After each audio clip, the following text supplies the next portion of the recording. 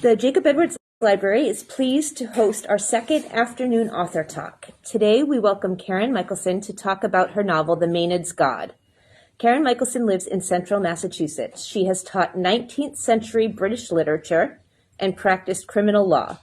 Somewhere between literature and law, she learned bass guitar and formed a progressive rock band, Point of Aries. She describes her novels as literary fiction tripping the dark fantastic. Her first three novels, Enemy Glory, Hecate's Glory, and The King's Glory, form the Enemy Glory Trilogy, an epic fantasy narrated by an anti-hero magician who chooses evil as a response to an unspeakable betrayal. Her new novel, The Maenad's God, was selected by Independent Book Review as one of the best novels of 2022. It blends psychological thriller, dark satire, magical realism, romantic suspense, and myth. It is set in 1990s Massachusetts, Boston and Charlton, and in Toronto. And with that, we'll turn it over to Karen. Thank you. That was a great introduction. Welcome. Welcome to this Author Talks. I am honored to be here for the Jacob Edwards Library. And I understand I'm going to start with a short reading. At least that's what we talked about. And then I will open it up for questions. This is from The Maenad's God. And I should probably set it up a little bit.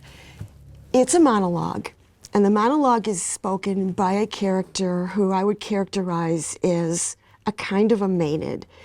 She's a rock and roll groupie. She's a hippie chick in the 90s. She's kind of got an attitude of she's cooler than everyone. She's cooler than you, she's cooler than me, she's cooler than anyone you've ever met. And she is the daughter of a woman who claims to have been around for thousands of years, supporting artists, supporting creativity, supporting imagination. And as her daughter, she feels that she's going to be taking this role over at some point. She goes to my narrator's house. My narrator is kind of a cynical FBI agent, and she shows up. And in the course of this discussion they're having about many things I don't want to discuss now because I don't want any spoilers, he asks her about her past. He says, how old are you really, is a line. And her answer to this, I think, kind of encapsulates the blend of mysticism and reality in the novel. So I'll just read it. She says, Ma says I finally took shape at Woodstock. Woodstock was the right time. Ma wouldn't have missed that party for the universe's approval. Her voice suddenly got self-congratulatory and thickly mystical. She studied the smoking end of her cigarette. You know something, Pete? My earliest memory is lying naked on the muddy ground and feeling the warm rain on my breasts and face.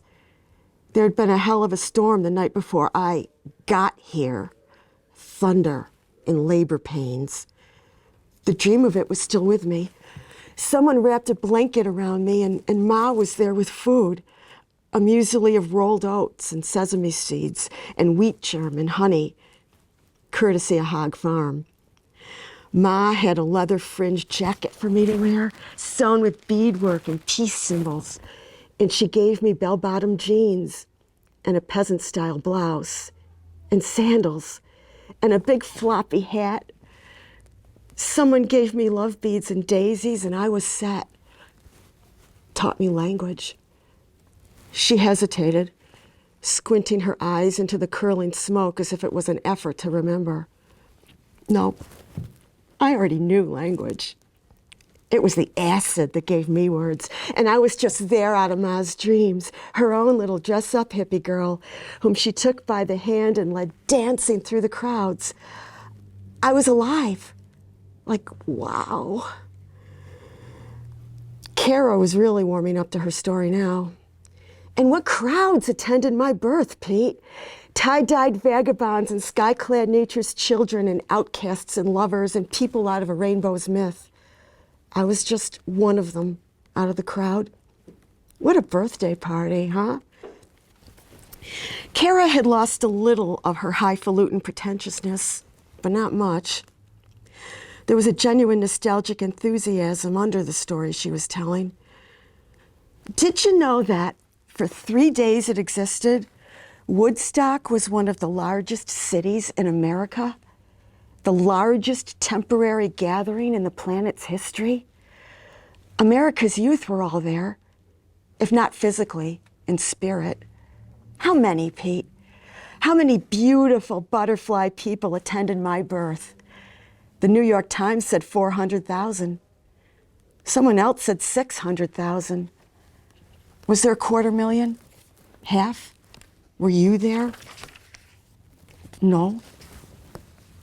But I remembered feeling it in Pittsfield on a summer afternoon thick with distant shadows. I was young and exploring the woods, and suddenly the sky turned strange and festive. And I should break for a moment. This conversation's taking place in 1992, so Woodstock is all history at this point, just for clarification. All right, back to the reading. Got a cool statistic for you, Pete. You know, in 1970, the U.S. population was 203,211,926. It was. Check out the U.S. Census. So call it 200 million, and say 500,000 came to Woodstock, and say 0.25% of the nation's population showed up to the biggest party in world history. 1 in 400 people. You run into 400 people in your life, Pete? At least. You probably see at least that passing in 1 minute on a crowded city street. Every minute you'll be seeing someone who was there for the rest of your natural life. You see, enough of the population was there to make a measurable dent in the order of things.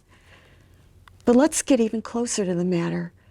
How many 17 to 21-year-olds lived in the United States on August 15th, 16th, and 17th, 1969? Do you know? I never counted. 18 million. 17,970,430 people in that age group, to be as exact as a census. I looked it up. So we're talking 2.7% of a generation was there to be indelibly marked and initiated by the experience. 1 in every 36. Nearly 3 out of every 100. Chances were better than excellent that everyone with a claim to youth was either there or knew someone there, because youth is generally tribal and cliquish enough to know everybody. You know what I'm saying, Pete? She asked with a harsh urgency that reminded me of Penny. Penny's her mother. The youth of America were at Woodstock, literally. So let's talk about initiations, Pete, and let's talk about who is fit to bless who. Do you know how the festival began? Really began? She didn't appear to be looking for a response, so I didn't give her one.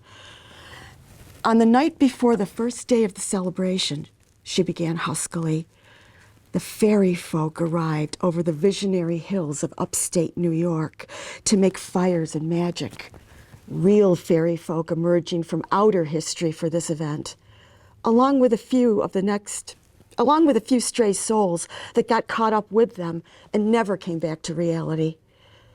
The energy of the next 3 holy days was already hatching them over here out of fairy time to occupy the front edge of the event. They probably didn't even know they were here. They were just here, following the herds. And they were burning and chanting and pointing bones and whirling and swaying and buzzing with arms outstretched in low circles and throwing glow-in-the-dark balls and giving each other cheap plastic prizes of fairy gifts. Just partying with all the popular effluvia of carnivals and happenings. Primitive as newly arrived Neanderthals. And then, at Friday dawn, I was born Saturday noon in the exact center of the festival's pulsing moment.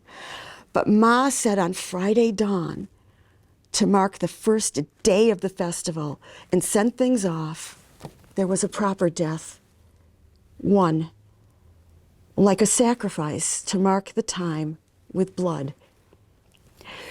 She dragged on her pink cigarette and watched gray clouds bending over my trees. Then she continued. Some teenage boy from New York had been sleeping under one of the trucks they used to haul shit out of the portable toilets.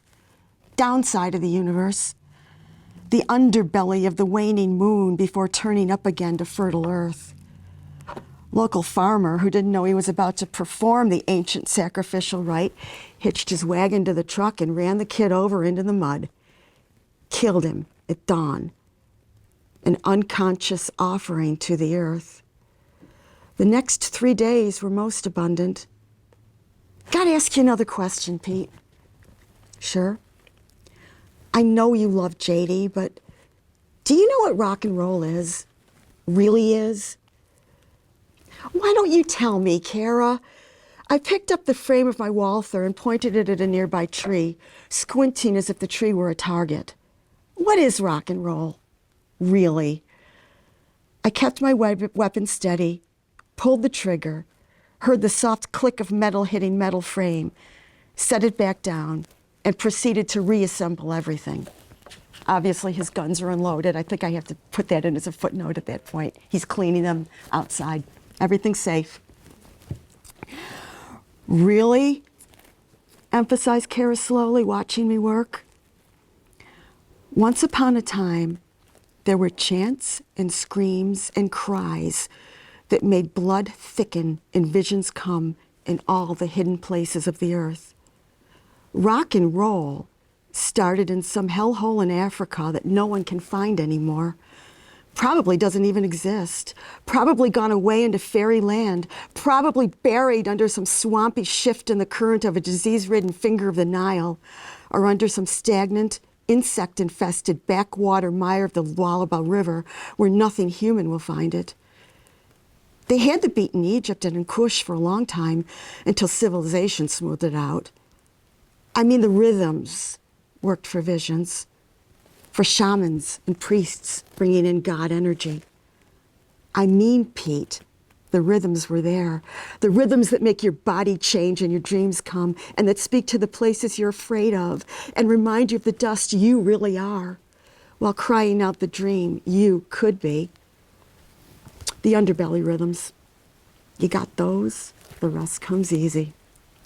And when the Egyptians and the rest of northern Africa lost the beat kept going in the continent's underbelly, generation after ancient generation, pulsing in its ground source. You know, I think it had to be the Nile, but not the predictable rhythms of the Egyptian Nile everyone is familiar with, the unruly disorder of the jungle Nile, deeper in ancient Africa, the river no one thinks about. You know, the Nile is the only river on the planet that rises near the equator. Its source is mud and heat. Then it flows north into the direction of magic. Ptolemy was right when he said the Nile starts in the mountains of the moon, because the most remote headstream of the Nile is the Livaranza River in Burundi, near those mountains, called Ruwenzori now. You know what Burundi is, Pete? You ever hear of the place? For all your reading? Can't say that I have. It's near the equator, too. So hot that nobody has slept there in centuries. So sweaty and stagnant now that it licks against the steamy Congo basin to dream of cooling. They export coffee and not much else. Her eyes locked into mine. The kind of coffee that kills. I said nothing. She blew a long trail of smoke and continued. Burundi is dirt roads and trails and not much else. They export by boat from Bujumbura on Lake Tanganyika to Kigoma in Tanzania, and from there to Dar es Salaam on the Indian Ocean, or into the Congo. You see what I mean, Pete? No, I don't. Even the stuff that gets out of that region today doesn't get here. You'll never taste Burundi coffee. It's rough and thick like the African Nile, and if you drink it straight, it poisons your tongue with a white paste. The people are poor farmers and cattlemen. They live on blood and fish. Cattle blood, which they draw daily from the living cows. And that's where rock and roll started. Somewhere in the damp prehistory of that region, among people who picked it up from fairies or fairies' relatives. She said this like a grand pronouncement to a geometric proof. All right, so how did it get here? through hidden souls in hidden people. The hidden ones brought it over in the stinking bottoms of slave ships, where the beat flourished in chains and high-pitched wails. Tortured people, hurt people, the ones the ocean didn't swallow, worked to death humming and chanting the beat down in the Mississippi Delta, down in the mudflats and bayous and clinging southern heat. Kept it going like a private religion, undercutting all the tame and monstrous hymns shoved down their throats with a bullwhip. Got regions of the Delta still buried in mud out of myth ain't nobody knows about. And the beat got spread all over there in the swamps and backwaters. Into blues, you know. Listen to Delta blues sometime, Pete. The real stuff. Go back to the source. It's got chromatic rundowns, make your bones shake like skeletons in a funhouse wind. Strange scales to make you feel another world passing through your body, which of course it is. Voices like forgotten heat, and the beat, the blues, spread and passed across a continent. Night waves tumbling thunder from Chicago radio and landing who knows where. Kara spoke with brazen reverence. This was sacred history. Then forward. It's the 40s now, with adolescence forming, and some of us do hear the beat and the whine buried in the sky waves between midnight and dawn. There's a new world coming. We can spin and touch it when we dance with our pillows. Something's out there bringing in youth. And then down in the streets of Baltimore, where North and South meet and mix, young men gather on street corners at dusk and sing the beat.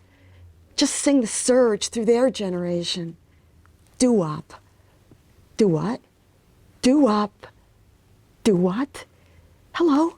The music speaks of mystery and difference, and now it's getting out, pulsing from the inner city containment and into the almost recognizable places of an emerging mass culture. And so comes the 50s, and the genie's out. Hoppin' and boppin', and Chuck Berry makes us all sweet 16, like the title of his song.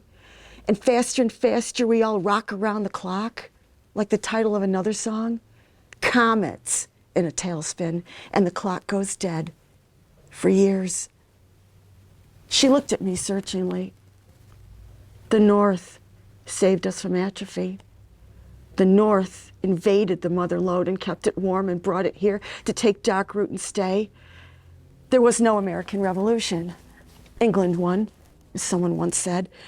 Won it for us, led by the Beatles. And that's when I finally happened into life like a flower on a top, as Ma used to say. You know what else I remember? No. Should I? Sunday morning dawn. I was awake and leaning on Ma's strong breast. Hendrix discharges his national anthem to the ruddy sun and the emptying hills like a left-handed salute.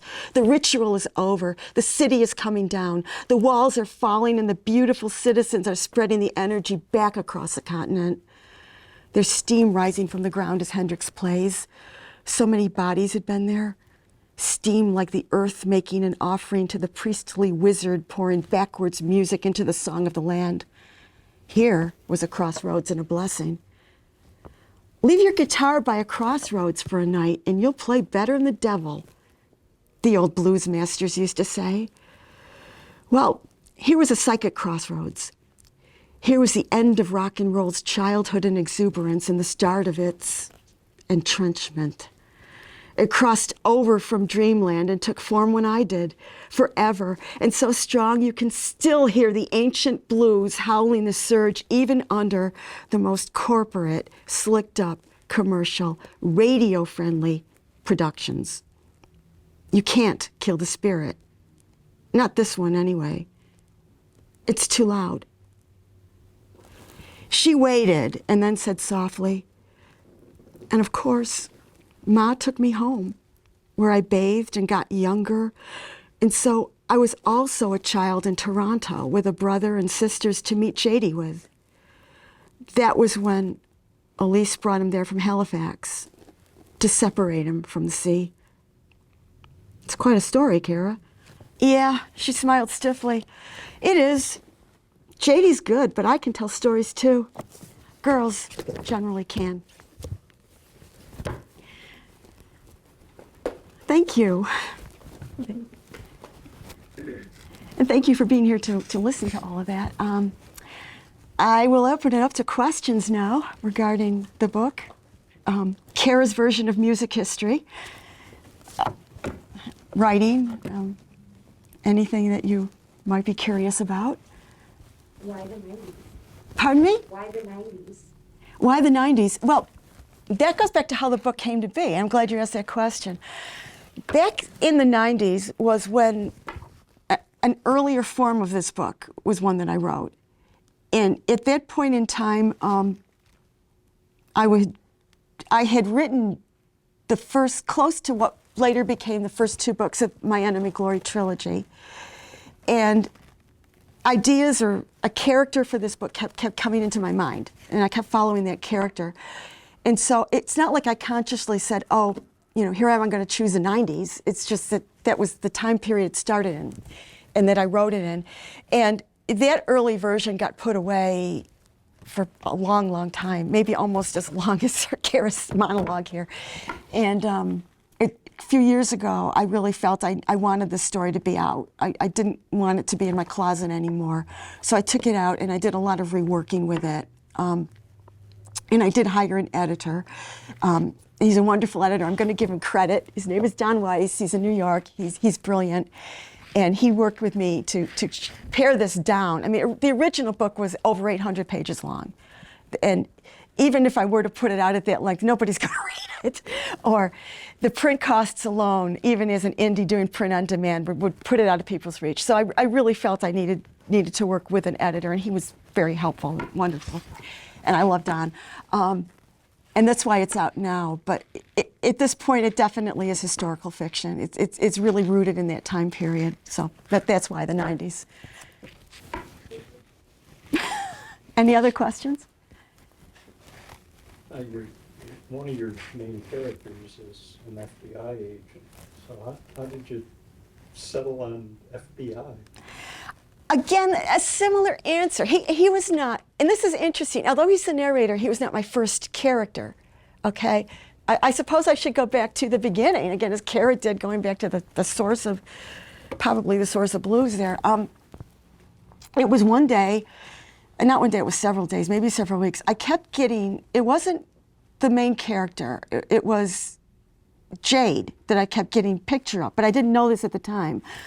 I kept getting a mental impression of a young man who was in his early 20s or maybe mid to late 20s. And he was sitting on my living room floor and playing a 4-string guitar. And at that point in time, I didn't know what a 4-string guitar was, because I didn't play music at that point. And as a child, I had taken clarinet lessons for a few years and played in school band, and I never really liked that very much and left it, and that was it. But I couldn't get this picture out of my mind, and the only thing I knew about him was he played a 4-string instrument and that he was Canadian. That's all I could get. And Canada wasn't a thing for me at that time either, so it was weird. But having written 2 books, I knew this was a character as opposed to just a passing thought. They feel different to me, they just do. And I remember talking to my spouse over there, Bill, and saying, I need to figure out what this is. And if Bill doesn't mind me saying this, he had once studied guitar or played with guitar when he was much younger, 12 or 13 or something like that. And he said, I think that sounds like a bass. And I didn't know what that was. Now, until that point, I listened to music all the time. And I've always had this almost spiritual love of hard rock music. It always felt like an eternal music to me. But I couldn't have told you what a bass guitar was or what part of the song it occupied or anything. And so Bill kindly brought me to a club because I wanted to know more about this. And I was out in, I think, Palmer. There was a club called the Wolf's Den at the time. And we were sitting there watching a band, and the band was playing some blues, and it was playing some 50s stuff. And, I hadn't written this yet. I mean, all I knew was this character. And I was watching the guy up there, and Bill's like, that's a bass. And I'm like, okay, yeah, that's the instrument. It's in my mind all the time. It's interesting. And on the way home, I said, I got to play a bass. I got to learn what it is. And at that time, what I wanted to know was, I knew this character would be important, but I felt intimidated because I really didn't know much about any of this stuff. So, like, what does a bass feel like when you're holding it? How much does it weigh? Is it hard to move with one? I mean, how do you learn it? And eventually that grew into, I mean, this is a sidetrack. I'll get back to the FBI agent question. Eventually grew into, I taught myself some theory. I got to a point where I thought that it might be helpful to have a teacher, because I wanted to see, how other musicians would deal with this.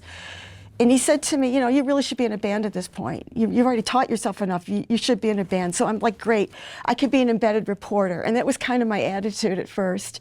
If I can get into a band, I could see what's it like on the inside. How do bandmates get along with each other or don't get along? And a lot of this was, I guess, research.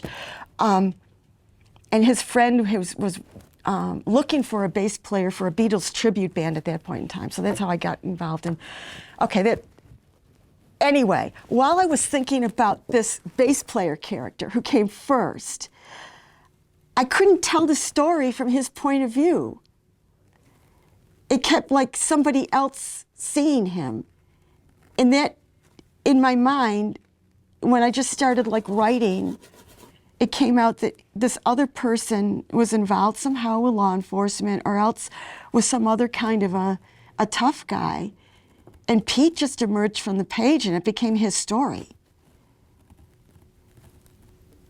And just as, in many ways, Jade was a catalyst for Pete in this book, he was almost like a catalyst for me to find Pete.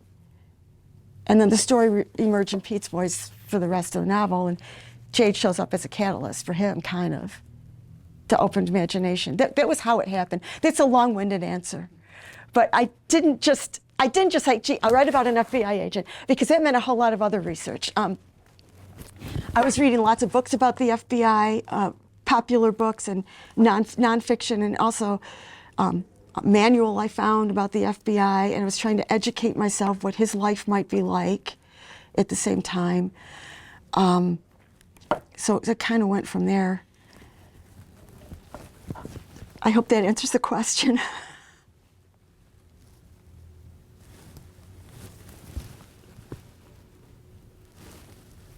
I don't know. I don't even know how to actually phrase this, but you said something about like you could visualize, or this figure appeared in your living room with the bass, and I mean, do you see yourself as somewhat psychic, or where do you see these? No. Where do you think these images are coming from? Well, I have to be clear. It's not like I physically saw somebody. It's not a hallucination. It's a mental image. Okay? I'm not looking at my living room and seeing a person appear, anything like that. I want to make that clear. But apparently it does sound like it's fairly concrete. It was concrete. And I'm aware when a mental image appears, is it a character for a story, or is it just, some random thing appearing? And this was a character for a story. It's hard to describe the difference, but if you could think like the difference between when you remember something and the difference between when you fantasize something, they feel different in your brain. At least they do in mine sometimes. I would not call myself psychic, but there's something I'm very interested in terms of all creative activities. And it's kind of, I don't know, I guess I should just put this out there. I got very interested recently, and this is something I'm still exploring, in where art comes from originally. Creativity? Creativity, but art, not creativity in the human mind, more like how did human beings start making art? Why do, as a species, it's universal, every culture in the world makes art of some kind. And it appears to have begun way back, in the Neolithic or even earlier, in the cave paintings in Spain and France, and so some of the artifacts people have found. And it's that old. And a lot of anthropologists, archaeologists think it had a religious component to it at that point in time, or a belief component. Maybe people were making these cave paintings in the back of these caves in France where it's too dark to see. I mean, you're not going to go back there and look at these for aesthetic reasons. You're going to go back there in the dark, maybe with some light source fire, a torch, something, and draw pictures of buffalo and people killing, or, whatever the prey animal is, whatever part of the world you happen to be in. And maybe this had to do with shamans thinking, if I draw this picture, this will really happen. I mean, as above, so below. And this is something in very ancient times that was probably very prevalent. And even through the centuries, there's always been sort of this relationship, sometimes easy, sometimes not easy, between art and spirituality. And I'm thinking of ancient Greece, which Greek mythology plays this huge role in this book too. The earliest forms of theater came out of Dionysian festivals, or festivals for the gods. There was this idea that, when there were festivals for Dionysus where people were singing the goat songs, the tragos, the songs of tragedy, and this evolved into theater, and that the two have a similar relationship. And I sometimes think when people create, I don't like to use woo words, because I mean they put people off, and we live in a society that's very secular, but sometimes I think we channel things. I mean, and I'm not saying these things have a reality outside of ourselves. It might be out of our subconscious. It might be something that we're not aware of in our own brains. But I really feel that there, especially with this book, I always felt there was a certain reality to a lot of these people. And yet they're fictional characters, and it's hard to explain. But I do know a lot of creative people will say the same thing. Maybe not publicly, because you set yourself up for criticism, but I don't know.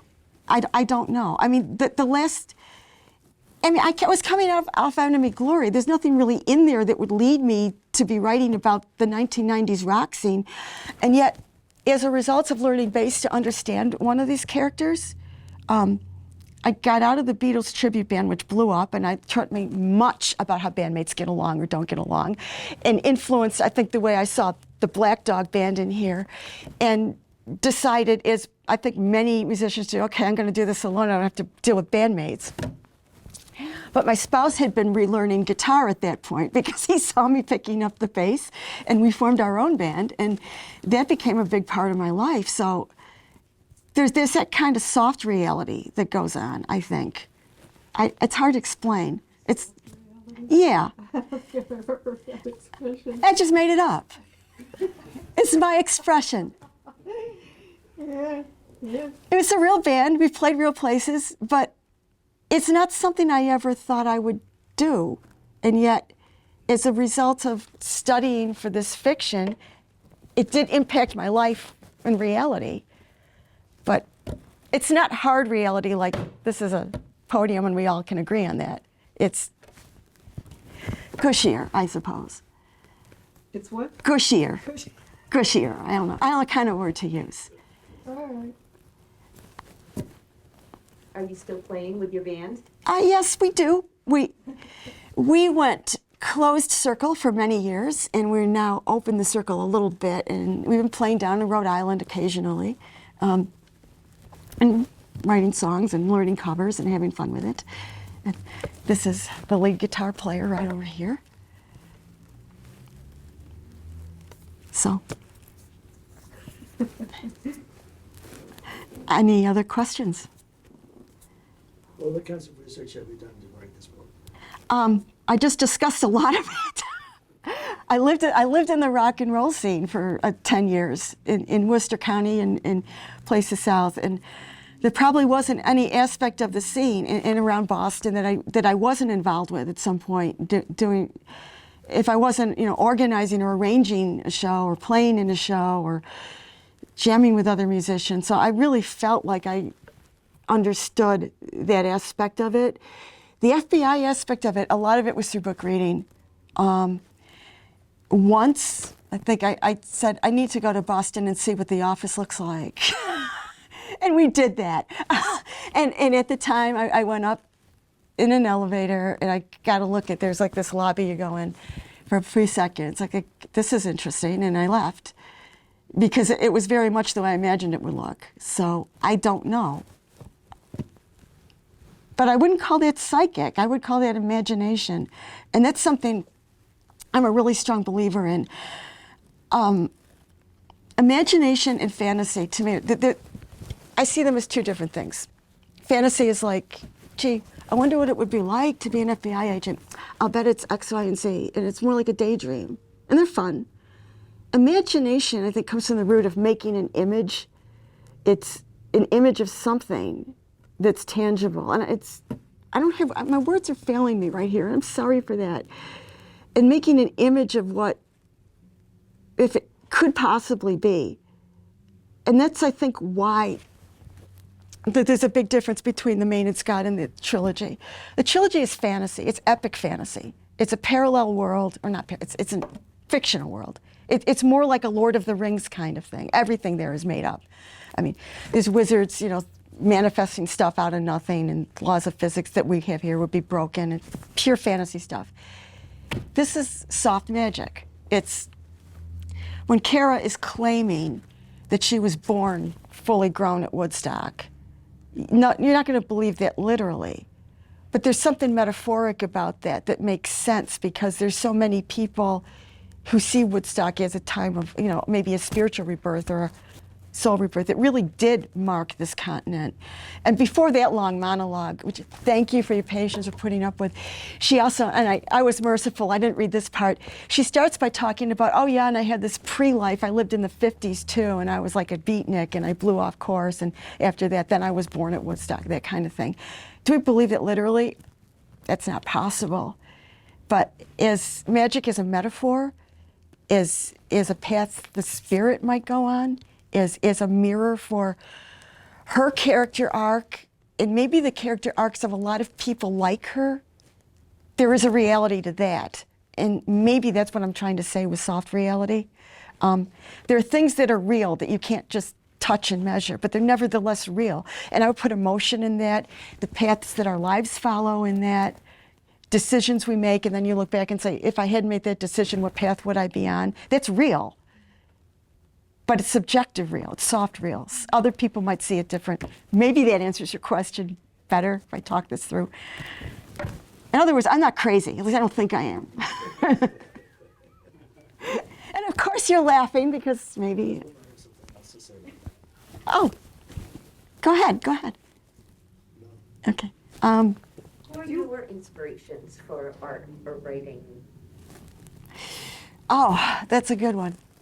Inspirations, when I get a mental image of a character and follow it. And part of that is feeling this like intense involvement with not even why am I seeing this character, it's like more like I want to know more about this. I mean, two things I knew nothing about were rock music and the FBI, and I became expert on them, and it didn't even hurt. It was like I felt high reading these dried FBI things. I literally would get high, and I was like, what I knew about this guy was like Jade was Canadian, so I think, okay, if he's Canadian, he's probably, if he's a rock musician, he's probably from a city, okay, he's from Toronto. I would look at maps of Toronto, and it's like, wow, these are where the streets go? I'm like, wow, I would like physical, I'd be pacing back and forth in my room, it would like send me, and that's not something I'd normally be interested in. Now, if I picked up, a book or something now about a topic, it might be interesting, but it's not, if there's no passion there, I'm not going to be pacing around the room with, like, I got to bleed this energy off. That's how it feels sometimes. But sources of inspiration, I can tell you when I write in the past, I used to love to write with lots of coffee, lots of stimulation, and rock music blaring. Now that I'm older, the coffee's still there, but I like the silence. So, as you can attest. My spouse will tell you I like things very quiet certain times. What do you read? Yeah, what? What do you read? I read a lot of nonfiction. I love to read ancient history. And I will say I'm thinking of a book that takes place in the ancient world that would come next. I like to read, mostly history, I guess. And sometimes if it's a special topic of interest. I like the classics. Right now, I'm reading a 1962 translation of the Odyssey that's absolutely mind-blowing. I think it won the Bowling Poetry Award, and the poet's name is Fitzgerald. I think that's his last name. And it's really reminding me that so often I think a lot of people will take the Greek myths or old stories like this and for some reason turn them into children's books, or, I mean, that's fine as it goes, but not take them as serious literature so much. And we're so used to thinking that, Greek mythology is like fairy tales and fairy tales are for kids. But this translation, the characters really do come alive on the page. You feel the depths of Telemachus, who was just at the verge of becoming an adult. And you can see here and there in the different lines where he goes forward and makes decisions and pulls back. And you feel Wile Odysseus is almost charismatic. There is a certain, you don't necessarily like some of his actions, but you can almost picture why he might draw people to him. Why, for example, Calypso would not want him to leave that island. And his descriptions of the various gods is just interesting. Yeah, on one hand, it's almost comic book like Athena, his light off her head and falls down from Olympus, or, comes down from Olympus. On the other hand, her personality is so relatable. She's almost like the best friend you wish you had. And it's blowing my mind. So I like to find sometimes older translations of classics, because I think a lot of times the translation says more about the translator and the time he lived in than it does about the classic, but that one in particular is speaking to me. So yeah, I read around. There is not one thing. What's interesting about Maenad is reviewers almost unanimously are characterizing it as a thriller, and I never set out to write a thriller or saw it as a thriller. I see it as literary fiction with magical realism in it.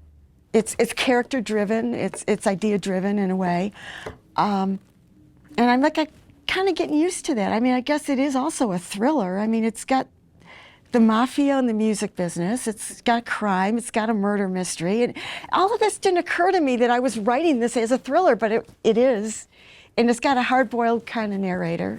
It's that too.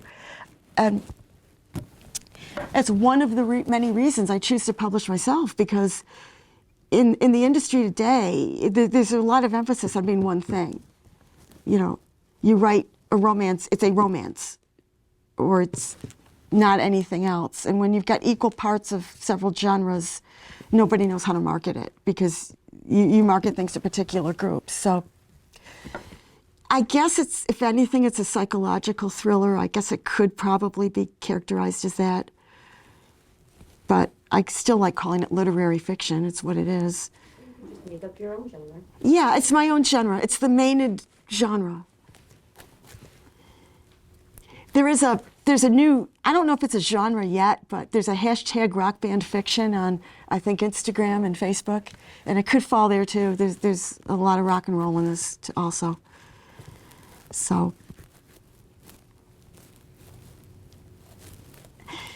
any other questions? You're all wonderful to be here. This is lovely. The books here are for sale at a discount from what you can buy online, if anybody's interested. Thank you very much. Thank you. Thank you for having me.